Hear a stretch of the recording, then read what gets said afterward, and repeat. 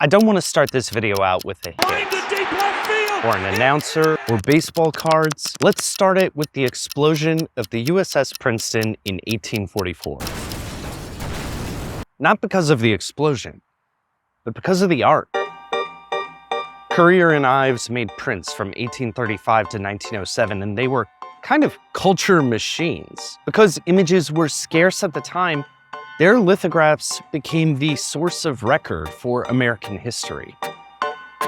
Like the American National Game of Baseball. Published in 1866, it's Hoboken's Elysian Fields, an epic baseball game on a beautiful baseball diamond.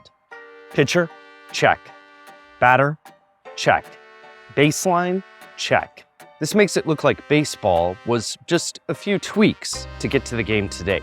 The addition of some gloves, adding overhand pitching, and you're good to go. But that is not the case at all. The story of why a baseball diamond is wrapped up in urban history and the business of sports. And look at this. See the outline of the path? The baseball diamond could have been a square. So yeah, I don't know if you noticed, but I actually rented a Major League Stadium for this video. Kind of crazy. Take me out to the ball game. So let me just put my sports hat on. Listen to me. Before you comment that was a dad joke, I want you to think about something. You're watching a video about baseball history told by a middle-aged mustachioed man. If this is not a safe space for dad jokes, what is? Listen, it took me 30 seconds to find Uncle Sam playing baseball. This game is steeped in myth.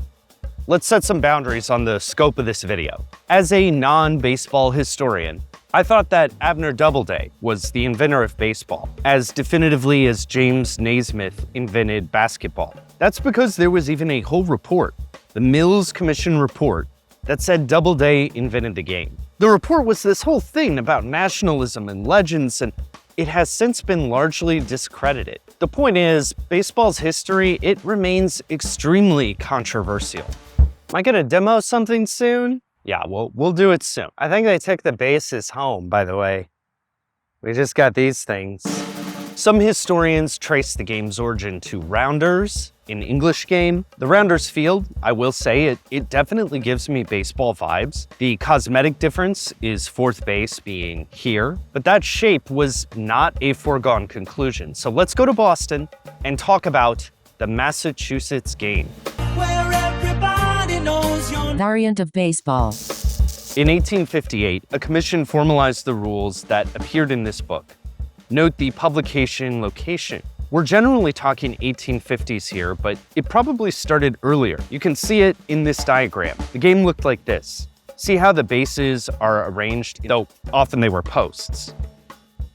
That is why they had a base tender. Distance between bases varied, but a batter stood here and ran around like this. He could be hit by the ball to get out as well, which is fun.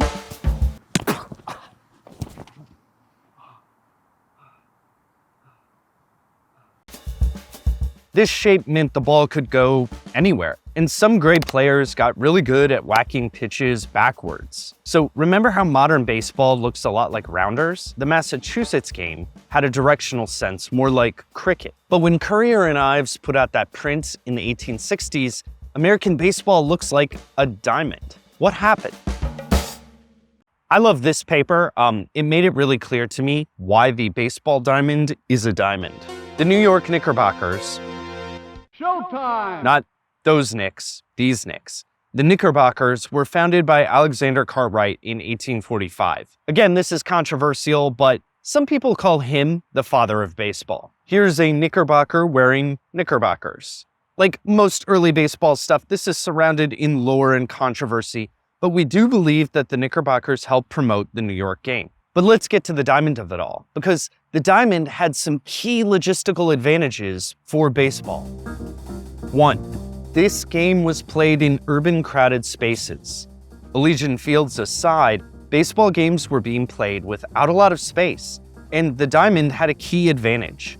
I actually can't tell what is happening in this drawing, but look down here at this guy. He's punching another guy. That's kind of funny. Foul lines hemmed in exactly where the field ended and spectators could stand. Someone's walking their dog, so I'm just waiting for that to stop before I talk about foul lines. See how these spectators could crowd right up to the diamond in a way Massachusetts game watchers couldn't? I mean, look at ballparks today. Baseball is still uniquely integrated with the surrounding city. You can get a flavor of that with this 1905 picture of the New York game. See how limited infrastructure, like no stadium, makes it more important to have clear boundaries to the game? But it used to be even more of a problem in the Massachusetts game, with no separation between players and spectators. That could ruin games. The diamond cut down the playing field size significantly. Imagine like a wedge in a pie chart. The Massachusetts game was the whole pie, but the New York game allowed you to use just a part of it. For the Massachusetts game, you also needed more players to cover all that area. The Knickerbockers embraced one form of baseball, and the more teams that played it, the more it grew. That meant different rules, like no pegging players, but also a diamond base path. Competitors like the Massachusetts game, or niche ones like Marlboro baseball, which had 5 stakes, couldn't compete against the popularity of the New York game. Union Baseball Grounds in Brooklyn opened in 1862. The first box score was surrounded by Civil War news. Soon, there wasn't much other choice. Just finish the video. Finish what you started here. Okay, so a baseball diamond is a diamond. Why do I care? Aside from my great affinity for... Let's go back to that Courier and Ives print. John Thorne is Major League Baseball's historian. He wrote this great book about the early game, and he also tracked down a history of the lithograph. And with a little detective work, it turns out that based on a few clues, this Courier and Ives game was a game that was never actually played. Baseball's always been a uniquely self-mythologized sport. The history of why the baseball diamond is a diamond, it shows the limits of the mystical. Baseball was formed by practical needs, whether it was field size, team composition, or just the popularity of the game. The square, as exciting as it was, it didn't adapt. And adaptation, that willingness to let the best idea win, that might be another reason that baseball is America's national game. Hey there, just one more thing. I'm about to record the Patreon reaction video to this video. It's where I get into the research that I had to leave out.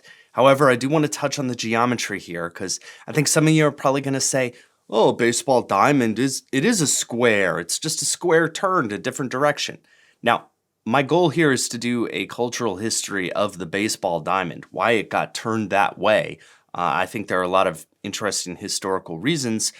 But you're right, it's kind of square-like, except even the pedantic person who says it's actually a square is sort of wrong, because apparently if you actually look at the layout of the baseball diamond, it is something called a convex kite, just because of how the measurements actually work out.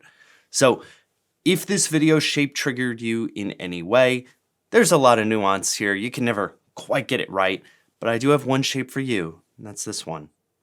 It's a heart. Yeah. Okay, thank you for watching. Hopefully I will see you in the next one. And yes, I know that a heart is not actually shaped like that. Am I going to have to make another video about this too? Okay, bye.